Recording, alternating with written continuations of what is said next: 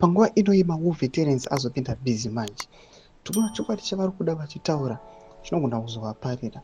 Tichiona kuti maWar veterans vakaita sana Blessed Geza panguva inoyi vakomana vajamuka vanyatsoona kuti tikaregera zvinhu zvakadai zvichienda out of hand, aiwa inofeka low dark side kwavo. Sandapinda mashoko ataona kuti aiwa nevamwe vakomana maWar veterans they are now showing up vachiexpose this corrupt government. Unobva subscribe or like or turn the bell icon. Tipinda muzimu aya unodanirwa muchinzi Zebra War Veterans spokesperson Vesta Magwizi addressed the press at the media center in Bulawayo said Wickenell Chivhayo is representing a corrupt system which is not regulated by any measures of financial accounting or fiscal management.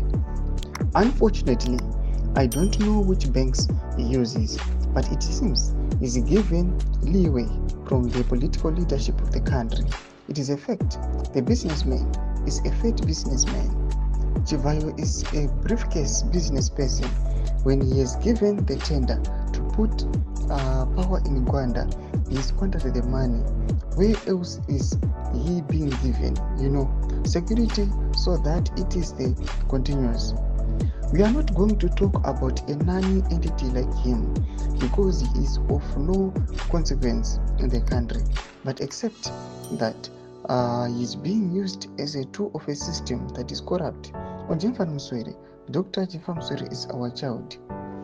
Mashoko anomuda aitogwa panapa aiwa naZebra War Veteran achiti aiwa vana Wickenell Chivhayo vakomana vemabig tenders vanodya mari ende vakaramba vachitoregererwa vakomana ava aiwa vanotoramba vachitotora vachingofanyira mastate funds kusvika nekusingaperi. Mashoko ari kuda panapa vachitaura vachienda against ava vakomana ve2030 vachisapota vakomana nagenerari vari kuti aiwa corruption is now a security threat munyika.